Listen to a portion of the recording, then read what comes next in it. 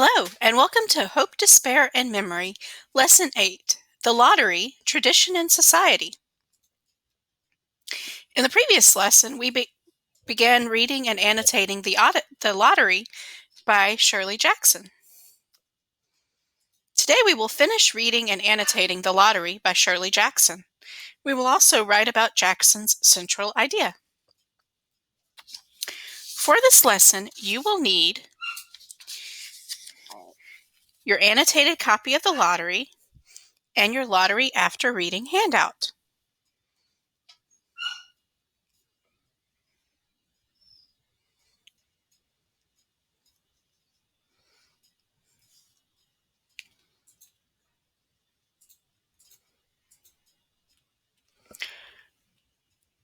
Listen as I read paragraphs 41 through 65 of the text. As I read, you need to highlight words or phrases that describe aspects of the lottery tradition in yellow. You need to highlight words or phrases that reveal the characters' perspectives about the lottery in light blue.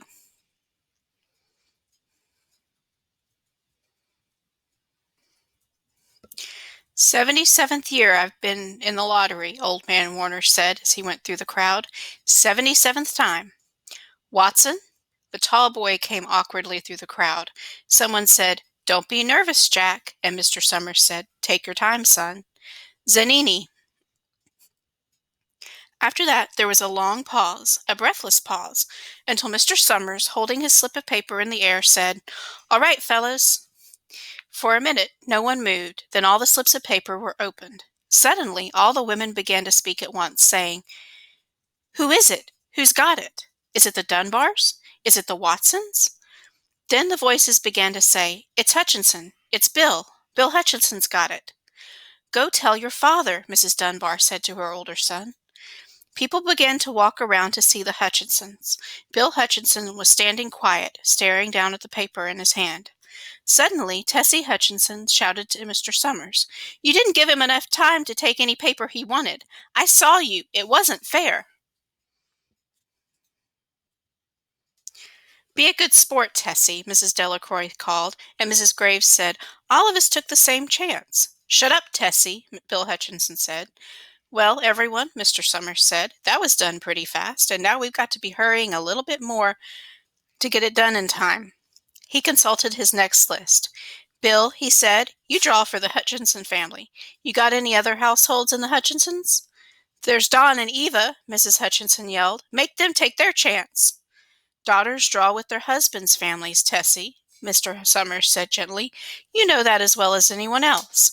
"It wasn't fair," Tessie said. "I guess not, Joe," Bill Hutchinson said regretfully. "My daughter draws with her husband's family. That's only fair. And I've got no other family except the kids." "Then as far as the drawing for families is concerned, it's you," Mr. Summers said in explanation. "And as far as drawing for households is concerned, that's you too, right?" "Right," Bill Hutchinson said. "How many kids, Bill?" Mr. Summers asked formally.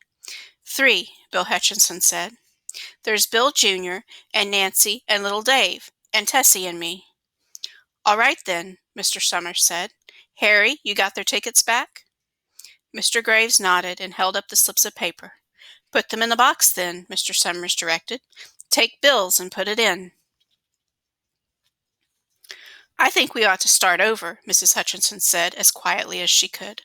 "I tell you, it wasn't fair. You didn't give him time enough to choose. Everybody saw that." Mr. Graves had selected the 5 slips and put them in the box, and he dropped all the papers but those onto the ground, where the breeze caught them and lifted them off. "Listen, everybody," Mrs. Hutchinson was saying to the people around her. "Ready, Bill?" Mr. Summers asked, and Bill Hutchinson, with one quick glance around at his wife and children, nodded. "Remember," Mr. Summers said, "take the slips and keep them folded until each person has taken one. Harry, you help little Dave." Mr. Graves took the hand of the little boy, who came willingly with him up to the box. "Take a paper out of the box, Davy," Mr. Summers said. Davy put his hand into the box and laughed. "Take just one paper," Mr. Summers said. Harry, you hold it for him." Mr. Graves took the child's hand and removed the folded paper from the tight fist and held it while little Dave stood next to him and looked up at him wonderingly. "What evidence did you highlight?"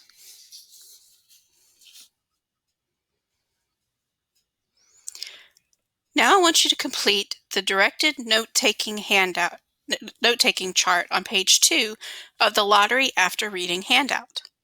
You're going to use your annotations to support your response. Here are some questions to consider as you work through your response.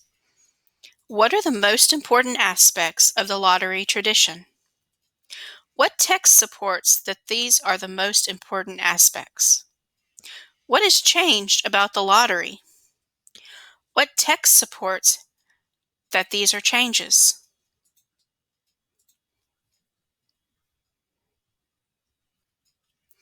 Listen as I read the rest of the text. As I read, I want you to consider the following questions.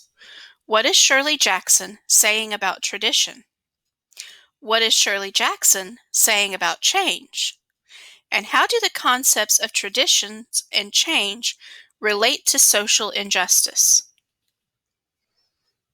"Nancy next," Mr. Summers said. Nancy was 12, and her school friends breathed heavily as she went forward, switching her skirt, and took a slip daintily from the box.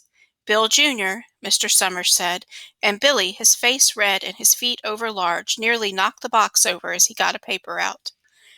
"Tessie," Mr. Summers said.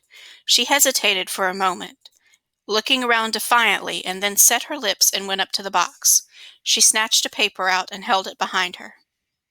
"Bill," Mr. Summers said, and Bill Hutchinson reached into the box and felt around, bringing his hand out at last with the slip of paper in it. The crowd was quiet. A girl whispered, "I hope it's not Nancy," and the sound of the whisper reached the edges of the crowd. "It's not the way it used to be," Old Man Warner said clearly. "People ain't the way they used to be." "All right," Mr. Summers said. "Open the papers. Harry, you open little Dave's." Mr. Graves opened the slip of paper, and there was a general sigh through the crowd as he held it up, and everyone could see that it was blank. Nancy and Bill Jr. opened theirs at the same time, and both beamed and laughed, turning around to the crowd and holding their slips of paper above their heads. "Tessie," Mr. Summers said. There was a pause, and then Mr. Summers looked at Bill Hutchinson, and Bill unfolded his paper and showed it. It was blank. "It's Tessie," Mr. Summers said, and his voice was hushed. "Show us her paper, Bill." Bill went over to his wife and forced the slip of paper out of her hand. It had a black spot on it, the black spot Mr. Summers had made the night before with the heavy pencil in the coal company office. Bill Hutchinson held it up, and there was a stir in the crowd. "All right, folks," Mr. Summers said. "Let's finish quickly." Although the villagers had forgotten the ritual and lost the original black box, they still remembered to use stones. The pile of stones the boys had made earlier was ready. There were stones on the ground with the blowing scraps of paper that had come out of the box. Delacroix selected a stone so large that she had to pick it up with both hands and turn to Mrs. Dunbar. "Come on," she said. "Hurry up." Mrs. Dunbar had small stones in her hand, and she said, gasping for breath, "I can't run at all. You'll have to go ahead, and I'll catch up with you." The children had stones already, and someone gave little Davy Hutchinson a few pebbles. Tessie Hutchinson was in the center of a cleared space by now, and she held her hands out desperately as the villagers moved in on her. "It isn't fair," she said. A stone hit her on the side of the head. Old Man Warner was saying, come on, everyone." Steve Adams was in the front of the crowd of villagers, with Mrs. Graves beside him. "It isn't fair. It isn't right," Mrs. Hutchinson screamed, and then they were upon her.